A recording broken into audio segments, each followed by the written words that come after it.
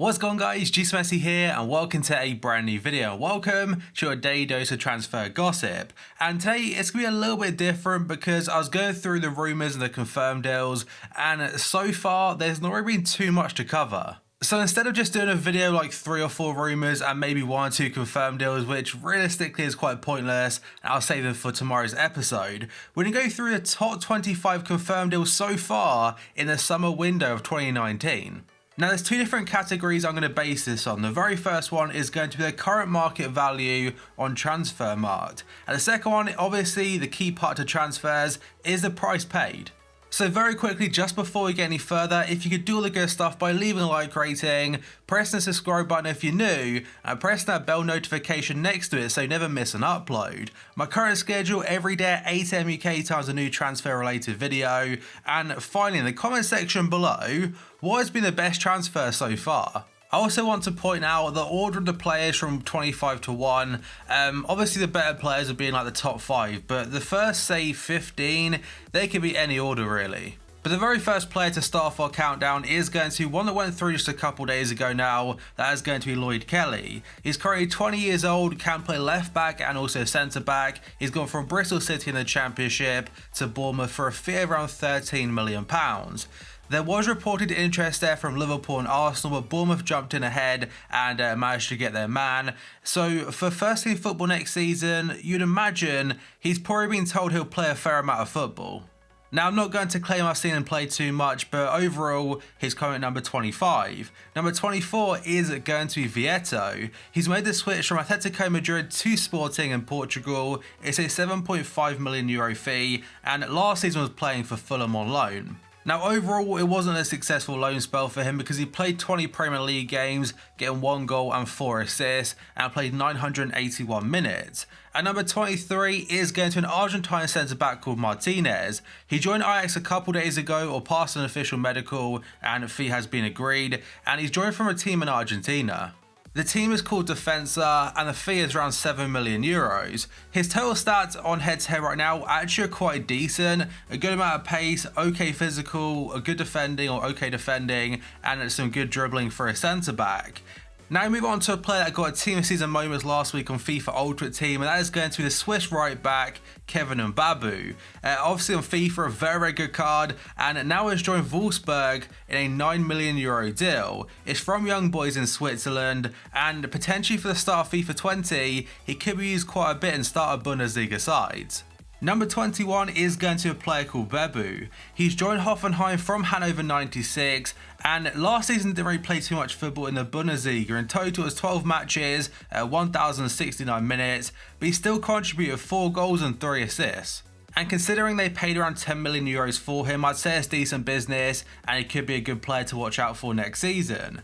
Now we move on to a player for Barcelona, and this one was actually quite a strange transfer because he only joined Real Betis back in January from Mineiro in Brazil, but now be joining Barca for around €12 million for the upcoming season. There were rumours saying it was like a joint deal, so Betis pay a certain amount of money and Barca pay a certain amount of money, but he goes to Betis for 6 months and moves on to the new camp. So overall the details, not really too certain, but here's number 20. Number 19 is going to be one for Leipzig, and that is going to be Hans Wolf, or Wolf, I'm not sure how you pronounce his name. He has joined Leipzig from Salzburg for a fee of around €12 million. He has a lot of potential, and for that type of fee, Leipzig, they're known for doing good business. Another transfer for Ajax now is going to be a Romanian midfielder called Marin. He's joined the club from Standard Liège and he's trying a €12.5 million fee. And for Ajax in this upcoming summer transfer window, it's somewhat of like maybe you could call it a rebuild, because they are losing De Jong and they're also potentially losing De Ligt, Hakim Ziyech, and probably a few other players on top of that. So bringing players in like Martinez, like Marin, they need to replace ones they're losing. Now we have got Vincent Kompany, and this transfer was confirmed on Sunday after the FA Cup final, or a day after. He's now officially going back to Anderlecht where it all started on a 3-year deal. It's a free transfer overall, he's 33 and he's being their player manager. If you want to hear my full thoughts on that transfer, you can go back to yesterday's episode. I talked about it a fair amount and basically just giving credit to how good his career has been, and maybe he'll be a great manager. And now we have got the first player for Frankfurt featuring this top 25, and that is going to be Kostic. He's gone from Hamburg to Frankfurt, but for last season, for 18-19, he's already on loan to Frankfurt in the first place. They activated the clause in his contract to make the loan deal permanent basis for just €6 million. And if you talk about value for money, especially after the season he's just had, it's brilliant. Number 15 is going to be Dabur. He's joined Sevilla from Salzburg for a fee of around €15 million, and this transfer was confirmed back in January, so it's not really a new one, but it was a transfer ahead of the summer window. Now we move on to Dendoncker, and it's a player that Wolves, they had a great season. He was on loan there last season from Anderlecht, but it's somewhat of a deal in advance because there's a loan deal with an option to buy. Now that transfer was considered a bit of a flop at the start because he didn't really play his first Premier League match for Wolves until the 5th of December, and that was just for 9 minutes, and it took all the way up until I think the end of December / the start of January to even start a game. But when he finally got the chance to start matches for Wolves, he took it and actually made the place his own pretty much, because looking at it from January until the end of the season, he played every single game in midfield. This next transfer could have easily been the top 10, maybe like top 7 or 8, but that is going to Demirbay. He's joined by Leverkusen from Hoffenheim, and it's a fee of around €28 million, some sites report up to 32, and in this current market for a player of that ability is brilliant business. There's interest there from Premier League sides, and potentially it could mean the likes of Havertz or Julian Brandt could be leaving Leverkusen. We'll have to wait and see for more information. Now we move on to Benjamin Pavard. This deal was announced a few months back from Stuttgart going to Bayern Munich. It's a €35 million fee, and that is his release clause. He can play centre back, can play right back. He's a World Cup winner, and it adds more depth and quality to that Bayern back line. And as I mentioned with Demirbay just a second ago, this easily could have been like a top 10 transfer, but there's so many players to fit in. Then we go on to Kessie, going to AC Milan from Atalanta. It's a €23 or €24 million fee, and it was actually a 2-year loan deal, so it took 2 years for this to be a permanent basis, but he's now officially their player. Number 10 is going to Raul Jimenez. He had a brilliant debut season for Wolves in the Premier League on loan from Benfica, and they were that impressed by him, they decided to make it a permanent basis. They broke their club record to sign him for around £34 to £35 million, but I'd say in this market it's definitely worth it. Number 9 is going to Lo Celso. He initially joined Real Betis from Paris Saint-Germain on loan for last season for a €3 million fee, and they decided to make it a permanent basis, I believe about a month or so ago, for around €21 million. He had a very solid debut campaign with 32 games in the league, contributing 9 goals and 5 assists from midfield, 2,400 minutes total. But it's the Europa League really where he started to shine, 7 games, 5 goals and 1 assist. Paco Alcacer is up next. It's a player that started the season off on absolutely incredible form. He wasn't really playing too many minutes, but for some reason for the first, say, 4 months of the season, he was scoring goal after goal for Borussia Dortmund, despite only coming off the bench most of the time. Up until mid-December, he already had 12 league goals to his name. He ended the season on about 18, so he had a bit of a cold spell between December and the end of the season, but really, for the price they paid of €20 million, it's solid.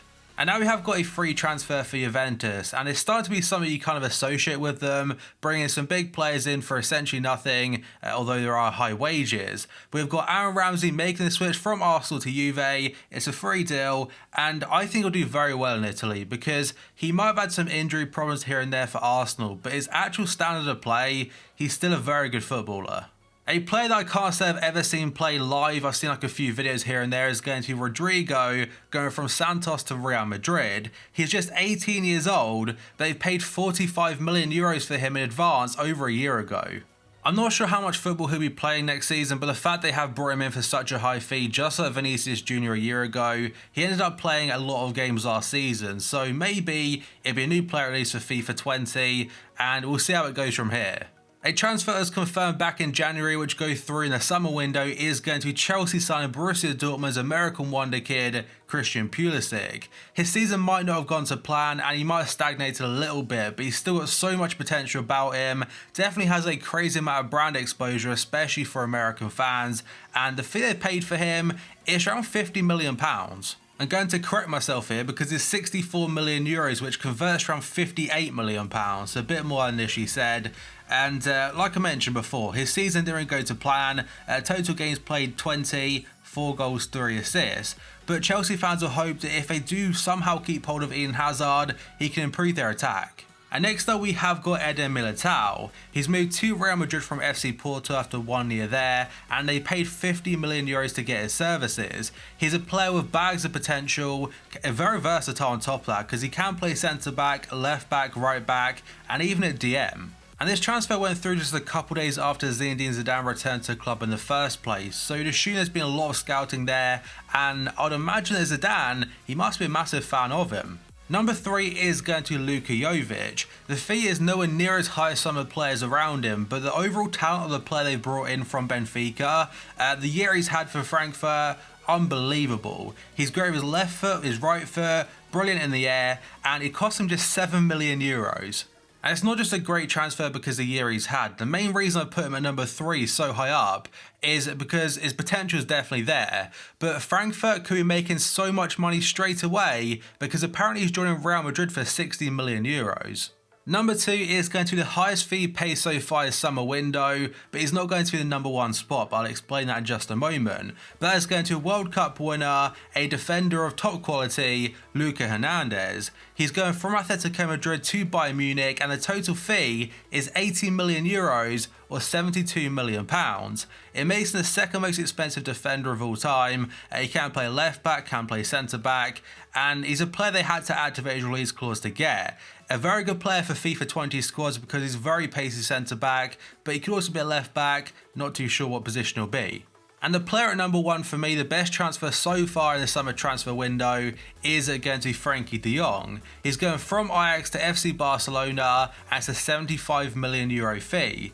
It's a lot of money for a 22-year-old, but if you watch him play, he already oozes so much class, a world-class talent, just like De Ligt, who also could be joining them at Barca.